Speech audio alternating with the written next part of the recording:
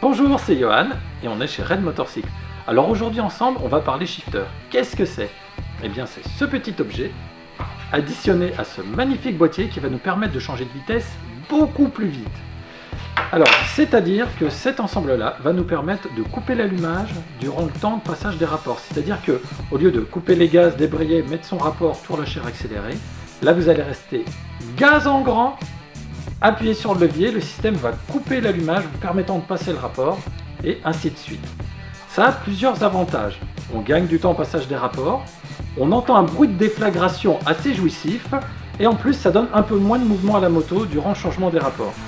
Il en existe une multitude de marques, il y en a chez Dinojet, il y en a chez H&M. Moi j'ai pris celui-là chez EvoX, pas du tout parce qu'ils nous ont aidés, uniquement parce que sur celui-ci, pour le même prix qu'un H&M, qui est plus compact c'est vrai, mais sur celui-ci j'ai une possibilité de réglage en temps de coupure et en sensibilité. Moi en tant que technicien, j'aime bien pouvoir régler mes produits. Donc pour faire fonctionner un shifter, vous avez le boîtier qui gère le temps de coupure, et le contacteur en lui-même. Parfois on appelle ça un shifter, c'est pas que le contacteur, il faut le contacteur, le boîtier qui gère votre temps de coupure. Le SP électronique là, il marche en poussée et en détente. Donc comme ça vous pouvez l'adapter sur n'importe quelle platine repose-pied. Pas confondre avec un shifter qui marche en montée et en descente, ça dépend de la moto que vous avez. Nous on n'a pas une commande ride-by-wire sur le 600 CBR, donc nous ça va marcher qu'à monter les vitesses, à descendre ça fonctionnera pas. Alors de manière générale, les faisceaux des shifters sont assez simples. On a des chintes à mettre en face chaque bobine d'allumage. Vous avez évidemment la connectique qui va se raccorder au capteur, une masse pour le système, et nous, le nôtre étant avec des options réglables, on a également un capteur TPS à mettre sur le capteur papillon de gaz.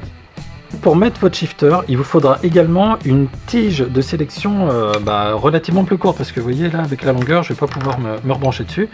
Donc j'ai pris une tige de sélection plus courte pour pouvoir l'adapter, c'est important d'y penser lors de votre montage.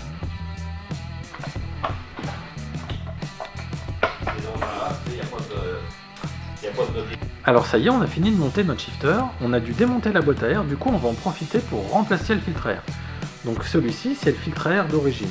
Il filtre très bien, mais freine énormément le passage de l'air. Ça rend pas votre moto asthmatique, mais elle est bien freinée en débit d'air.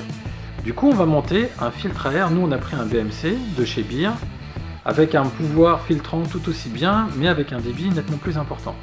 J'avais envie d'essayer de vous le faire comprendre. On a un petit test qui marche pas mal, avec de la lumière par exemple. Assistant, s'il vous plaît. Voilà.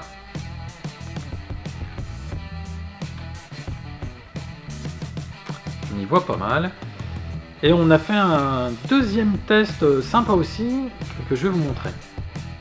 Alors, on va faire un test numéro 1 avec mon ami fumeur qui a une super vapoteuse. Il va envoyer de la vapeur à plein tube à travers le filtre à air et on va voir ce que ça va donner. Assistant. Soufflez, bon sang, assistant. Ouais, vous voyez, ça passe pas des masses. Maintenant, test numéro 2 avec le filtre à air performance. Pareil, il en prend plein la bouche. Allons-y. Voilà, là on voit que c'est nettement plus passant pour l'air.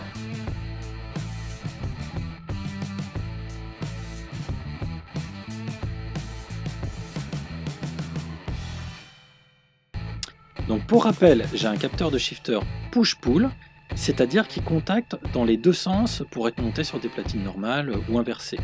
Par contre, ça ne me permet pas de shift down. Pour rétrograder, vous allez voir sur la vidéo, je vais débrayer normalement. C'est à cause du fait que ma moto n'est pas équipée de ride-by-wire. C'est important de le comprendre, seules les motos équipées de ride-by-wire peuvent avoir un shift down. Parce que pour tomber les rapports, il faut relancer un petit peu les gaz. Et un ride-by-wire peut le faire de lui-même automatiquement.